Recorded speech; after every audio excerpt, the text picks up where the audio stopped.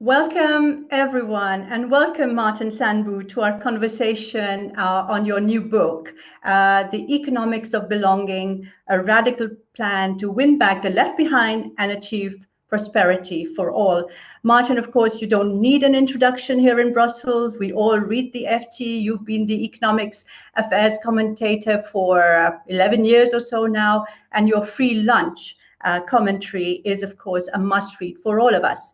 Now, full disclosure, as a passionate liberal and a child of globalization, your book, the premise of your book that it's not globalization or open economies that are responsible for this loss of sense of belonging and these inequalities, but rather it's technology and bad domestic economic policies. That's reassuring and comforting. And it's also quite audacious in a world where and we found them in globalization and immigrants and the other. It's good to hear that these are not really the demons that are stalking our planet at the moment. So reassuring. The book has great quotes, great arguments. And one of the quotes that I loved a lot, really, Martin, was, let's make liberalism great again. And I think that's what we're going to talk about. The message you've sent us also, Martin Sandbu, is one of hope. One that says that we can actually defeat populism, far-right populism. And you've thrown down the gauntlet, in a sense, to our politicians of today, who I have to say, haven't been very brave and courageous or honest in defending globalization, rather embracing some of the far-right rhetoric. So let me start with a very simple question to you, Martin. What encouraged you, what incited you to start this inquiry? Was it the anti-immigrant, anti-foreigner rhetoric in your country, UK, etc.? Was it the election of Donald Trump? Was it Brexit? Or was it a combination of everything? Thank you, Shada. Thanks for having me, and thanks to everyone who's watching. I've realized that we have a slight delay on the line, so forgive us if we have 1 second long pauses, but that's not because we have nothing to say, but because we know we shouldn't be talking over each other. But thanks, Shada, also for your introduction, because the way you described your take on the book is exactly where I was coming from myself as also a passionate internationalist liberal. All the events you mentioned were prompts to start this work, especially the Brexit vote and the Trump election in 2016. It was clear that there was a big backlash against what we understood as the Western model of liberal democracy with a social market economy among the people of those countries that had done the most to build it. And I wanted to understand why and see what can we do about it, those of us who believe that there's something to defend here. And perhaps what I was most concerned with was that we seem to be very much intellectually and politically on the defensive. And I think we didn't have to. So part of what I do in the book is to explain why I think it's incorrect to blame globalization for what has happened, but that it is true that a large number of people in Western societies have something to legitimately complain about. In the economy, they have been left behind, is a word we often use. We've had 40 years of increasing inequalities in incomes, in wealth, also between parts of countries, poorer places falling behind richer places. So there are people with reasons to be angry, but they've been angry at the wrong things. And I think those of us who believe in globalization have been doing ourselves and them a disfavor by kind of saying, well, okay, maybe globalization went too far. It wasn't globalization, it wasn't immigrants, it wasn't trade. It was, as you have hinted at in your introduction, it was technological changes to the structure of our economies, which changes what the jobs are and where they are, and insufficient, unsatisfactory domestic policy responses to those. That's the main message. So I think we need to understand what the real causes were in order to say how we can address the legitimate grievances, but at the same time continue to defend and celebrate economic openness, globalization in many forms, for all the good things that it does bring. So that was the intention, the motivation, and that's what I'm trying to do. So I hope that's what we can talk about this half hour. Thank you. Yeah, absolutely, Martin. I want to probe that a bit further. But, it's interesting what you're saying, because a lot of your compatriots, I mean, I'm saying British, but I know you're of Norwegian descent. But a lot of people, Western commentators, are basically saying, Europe is being invaded by other people, foreigners, refugees. We don't recognize our high streets anymore. We don't recognize our communities anymore. We want to be with people who look and speak like us, that's the message. And what it's not this cultural grievance, it's really economic inequalities, economic policies that are being transformed, if you like, into this cultural hard-hitting backlash. Just give us a little bit more of what you're trying to say here. Yes, it's economics that's at the root of this, is my main claim. Now, I don't deny that there is a culture war going on, and that a lot of these political divisions take a cultural expression or an identity, as a debate about identity. That's undeniable. But my point is that the cause of this, the way identity questions and cultural questions became so politicized, that has economic causes. And we do see that the groups that are becoming defensive in a cultural or identity sense are, to a large extent, not completely, but to a large extent, the groups that have also been at the sharp end of economic change, the left behind. But if the causes of the politicization of culture are ultimately economic, then I think we can't hope to overcome cultural and political division by simply talking about culture and politics. Then we have to change the economy. And if we fix the economy, we have reason to hope, I argue, that some of these cultural and political divisions become much more manageable. Let me just give you one quick example. In the Brexit referendum, immigration from Eastern Europe was a big issue. And there has been quite a lot of immigration from Central Eastern Europe to Britain in the years since 2004, when those countries joined the EU. Compare that with Norway, which is not in the EU, but it's in the single market, has the same immigration rules, free movement. Immigration from Central and Eastern Europe to Norway was higher than to Britain as a share of the population. And yet in Norway, you did not see the same political backlash in opinion polls against immigrant labor. Well, a little bit, but much, much less. It didn't become politicized to that extent, and the surveys bear it out that the latest opinion polls asking should foreign workers be allowed to work in the same way as Norwegians, it's very high, and it's the same level as it was in 2004. The difference, the Norwegian economy was doing better throughout, but also there were policy measures taken to ensure that there wasn't downward pressure at the bottom end of the labor market. Those measures could have been taken by the UK. You could have had higher minimum wages. You could have had more enforcement of labor market rules. And my argument is that if you had done those things, you wouldn't have had the same cultural backlash. But those things were not done. Just moving forward a little bit with your argument about its technology and not globalization. And there's a great quote as well, and deregulation and globalization are not the same thing. And I think that's a point very worth making. So just before I talk to you a little bit about AI and technology taking over, just pin that out for us a little bit more. Deregulation, is not globalization. The two have been deliberately confused and talked about at the same time.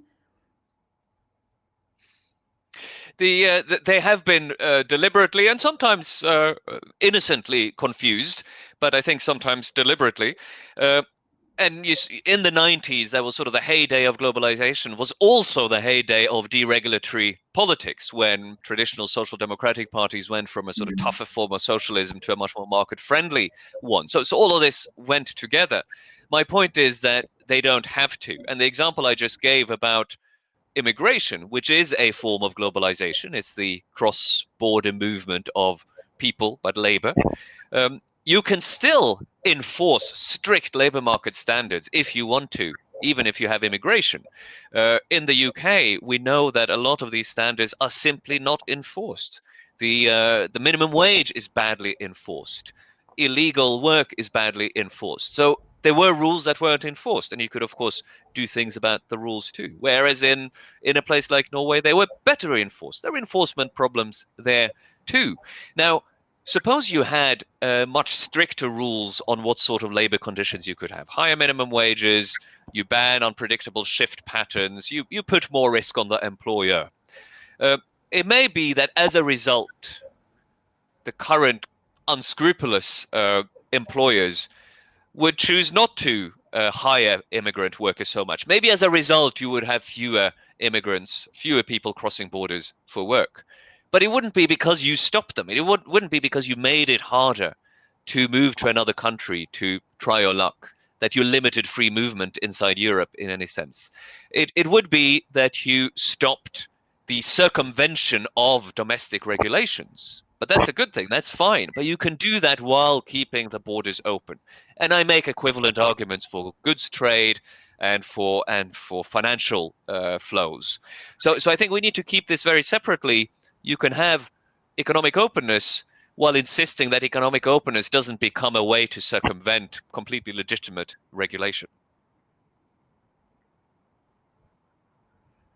Right. And Martin, that's where you bring in the European Union as well and talk about the high standards we have for consumer goods. Chlorinated chicken is not available in the EU, could be in Britain if this trade accord goes through. But anyway, that's a very, very good point. And I thought it was worth spending some time on it. Moving on to technology. Now you say, and that's true. I mean, you know, you see technology is making people redundant. Their jobs can be done by machines. Some countries, Korea comes to mind, have coped with that. Others have not, and obviously the Europeans have fallen behind. But you know, progress is not going to stop. We're going to get more and more AI coming into our world of economics and machines and stuff, and so there will be more job losses. And this usurping theory that you've come up with, you know, we blame the China, we blame the Indias. How are you going to cope? How are we going to cope? How are our politicians, our economies going to cope with more job losses ahead? This is the big question, the huge question, and the answer is, you know, the answer is complicated. It takes a lot of getting a lot of different things correct. But let's start by getting, you know, understanding the problem correctly. Technology changes which jobs are viable. In particular, we've noticed this in the past with the loss of factory jobs. So in every Western country, factory jobs peaked in the late 1970s. And that sort of coincided with when economic convergence, lower inequality, flipped and started becoming divergence and greater inequality. So it's clear that the end of industrial-led economy made a difference. But it's not as if industry disappeared. So we sometimes think that, oh, you know, manufacturing was stolen by East Asia or China or whoever. Every European country produces a greater volume of industrial goods today than it did in 1980. It kept going up even as the number of factory workers went down. So that's the first thing. It's not as if the industries disappeared. You know, maybe some of the lowest productivity, most manual jobs moved, but on the whole, the jobs disappeared because they were no longer needed to produce the same as before or more than before. And that we should see as a good thing. That means machines can do what people formerly did. We shouldn't want, even if we could close all the borders, we shouldn't want a return to the very manual assembly lines of the 1960s. So we need to embrace these technological changes, but we need to make them work for everyone. So that means we need to make it easier for people to move from the jobs that are no longer viable to new ones and more productive ones. And I think the countries that have done this the best are the Nordic countries. And what we see there is that they don't try to hold on to low productivity jobs. They let them go. They have high wages at the bottom. So this encourages businesses to shift from using low productivity labor to using higher productivity labor. So, you know, be willing to shed those old jobs, but then put in place policies to ensure that there's an expansion of better jobs and that people are equipped to fill those jobs. What does that mean? It means a whole range of things. It means you really need to put your money where your mouth is on education. the Nordic societies spend more on education than any other European country, from sort of primary up to tertiary. You need to have enough of an aggressive demand policy so that the businesses with the better jobs want to expand and hire more, so there are new jobs for people to go to. And you need to make it safe for people to make those shifts over their lifetimes. Here is a fact very few people know. Which are the countries in Europe that have the highest rate of job churn, of moving from one job to another? Turns out it's Denmark and Sweden. It's a place where it's safe to leave one job and go to another one. It's sort of a genuine form of flexibility. But because people are safe to move, there is an apparatus in place to make it safe to move. You also get productivity growth because people move from poorer jobs, worse jobs, to better jobs. That's the sort of thing every country needs to try to do. So really creating a virtuous circle in a sense. But while I was reading your book, Martin, and I thought about, how much sense, sorry, I know I'm a fan of the book and the arguments you use. I was sort of saying to myself how much sense it made. But how is it that the political discourse has been hijacked, right, by the populists who blame globalization and immigrants, and that right and the center-left politicians cannot articulate believably the right kind of arguments, the kind of defense and very well-argued evidence-based defense that you're putting forward? What's gone wrong in our political system to allow this kind of malfunction, if you like? No, that's a really good question. I mean, I think the one point where the illiberal populists are right is that there was an unexcusable neglect of large groups of the population at the hand of center-right and center-left politicians. They did allow people to get left behind over 4 decades. So that is important, and we should recognize that from the start, right? It's on us to fix this. That goes for both the center-right, but also for the center-left, where, if you remember the third wave from the 1990s, the attitude was basically, okay, there will be inequality, but we compensate by redistributing more. That's not enough, partly because in the end, there's a limit to how much you can redistribute if in the market itself, the inequalities become too big. Economic limits to that, political limits to that, because the taxation has to be that much higher. So what we neglected was to adapt to the changing economy so that we could have, you could think of it as an equality of productivity.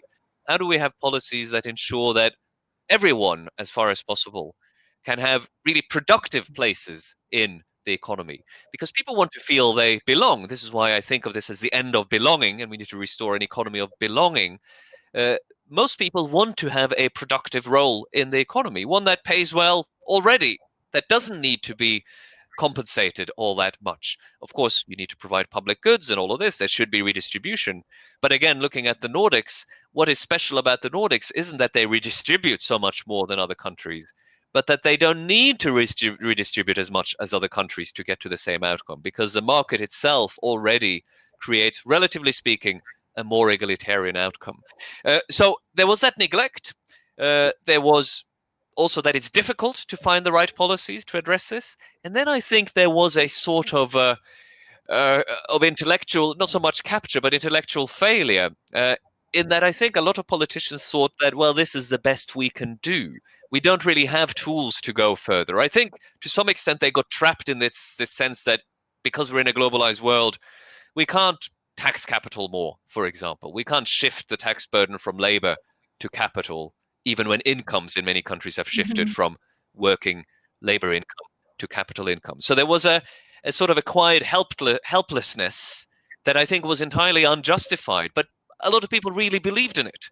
So, you may say that, I work with words, ideas is the only weapon I know. So I think that ideas are what can change things. But I really do believe that there was a failure of imagination. And that's part of the motivation for the book, to try to remedy that, to say, look, here are some things we can do.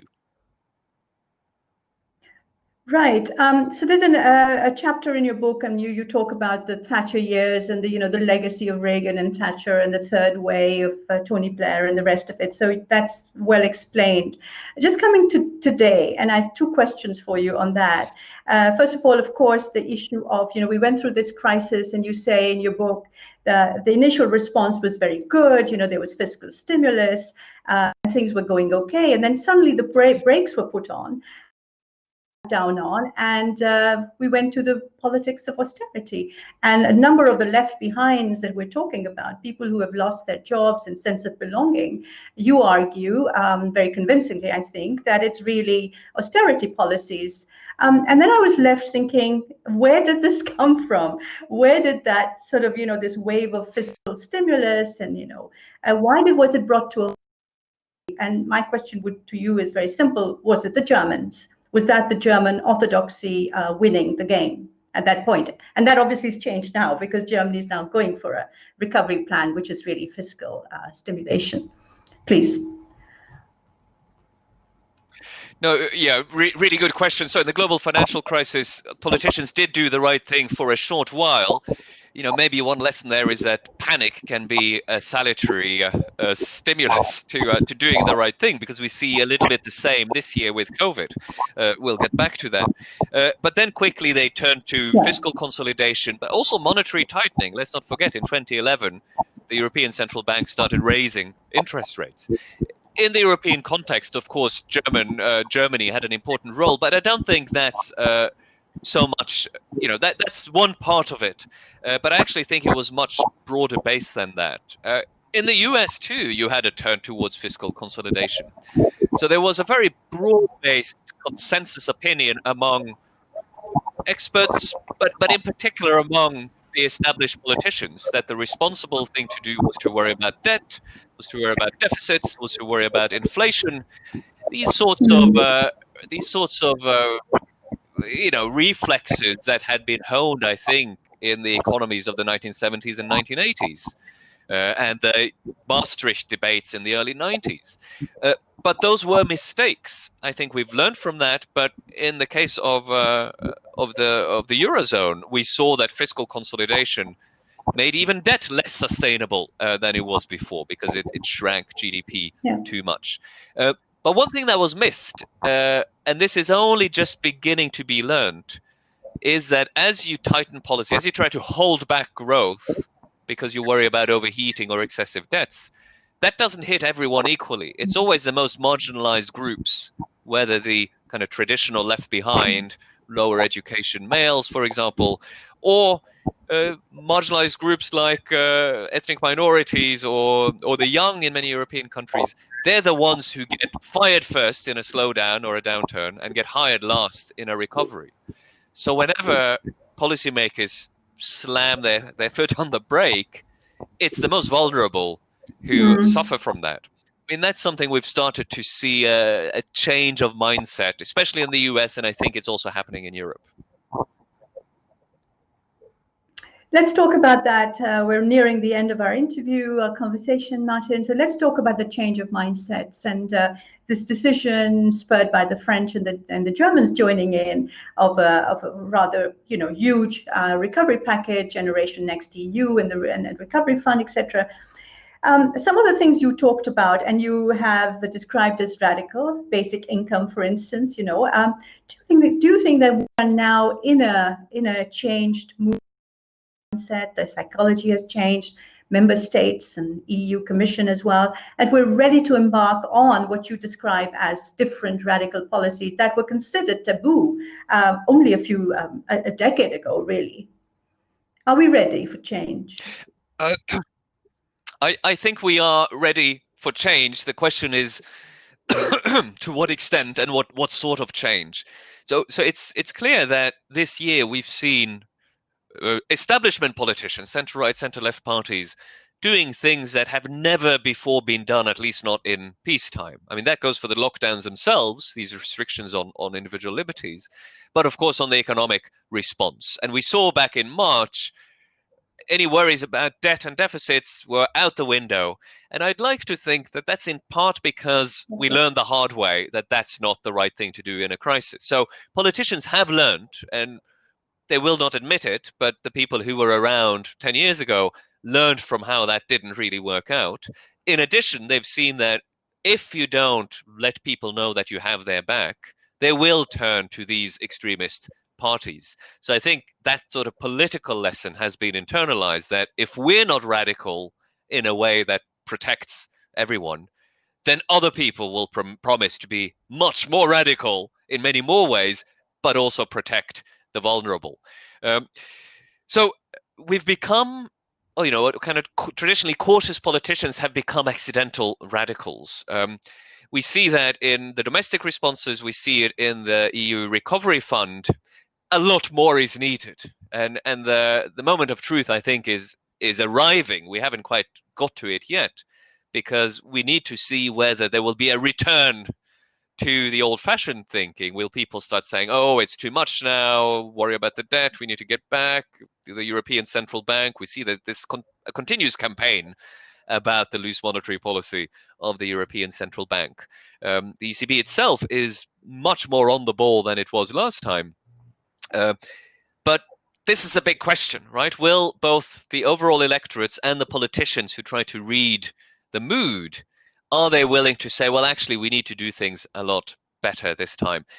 I'm optimistic, because I think we've had this awareness of how bad things already were, as we've seen carers and delivery drivers and cleaners and so on, how important they are and how badly they've been treated. So there's a greater awareness of that in the population.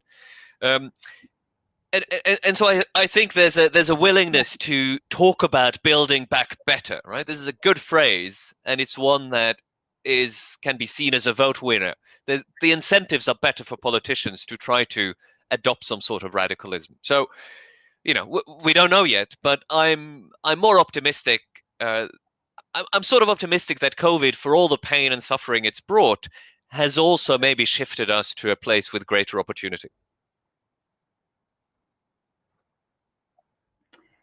Right. I have one final question for you. We're running short of time, and I apologize, we started a bit late. But the question is to do with one of your recent columns, Free Lunch, in which it was a kind of maybe I read it wrong, where it was a bit of kind of mea culpa, and you said, well, we haven't as economists paid enough attention to gender and Black Lives Matter. And perhaps the issue of racism and gender equal opportunities, giving women more of a role in economics, more of a voice, maybe we've ignored that to our detriment. Just very quickly, how would you correct that imbalance, as you put it?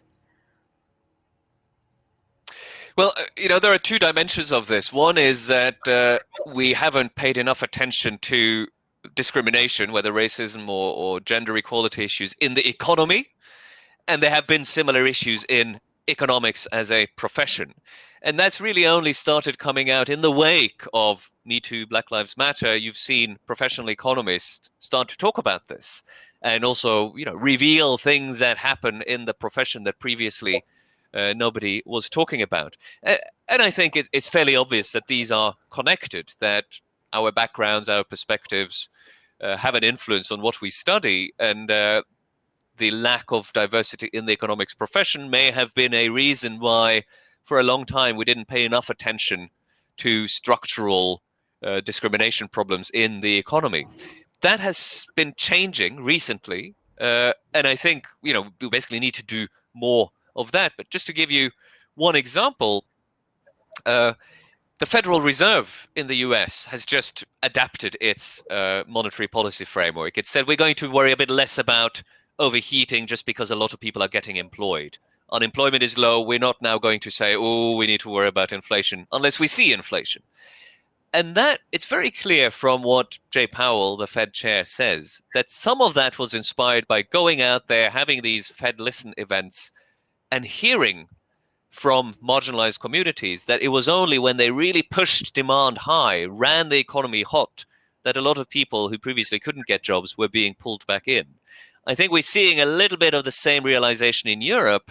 You actually need to be less cautious than the conventional wisdom was in aggregate demand macroeconomic policy to see some of these benefits of ending exclusion. And we know that exclusion in the economy does disproportionately affect communities that are marginalized for either racism reason, for gender reasons. So, you know, the attention to this is increasing. It helps that there are now a lot of splendid women economists in very influential positions, including policy positions. But these things change slowly. But I think it's good that those of us who don't come from marginalized communities also start to pay attention to the structural issues in the economy. So that was one reason why I wrote that and other columns, looking at how there are sort of hard-headed reasons for economists to look at how discrimination may play out in their own profession, but also in the economy. Thank you, Martin. So hard heads, but soft hearts, I think is basically what we're talking about. We've got our conversation. The book is here. As I said, great reading, but also a message of hope, a message of optimism, and a message of courage, really, to break with conventional thinking, groupthink, one-dimensional approaches, making the economy one of belonging and creating that sense. Martin, it's been great to you. And you know, you mentioned in your book that you'd like to live the heady days of 1989 again, when there was, you know, the air and things were changing. And I think my wish is also that in this post-pandemic world, the Ideas Festival and other formats where people are exploring audacious new ideas, taking the world in a different direction from what it's been in the past, not demonizing, but actually compassionate empathy policies based on, you know, really, as you said, going out there, listening, and then acting on what you hear. So Martin, for joining us. I'd like to also thank Mark and Louisa and their team for organizing this Ideas Festival and giving people like me, moderators and speakers, really an opportunity to talk to people as interesting and, as I said, as unconventional thinking as you are, Martin. So thank you very much indeed for joining us, and thank you all for listening. We continue our conversation in other stages. Bye-bye.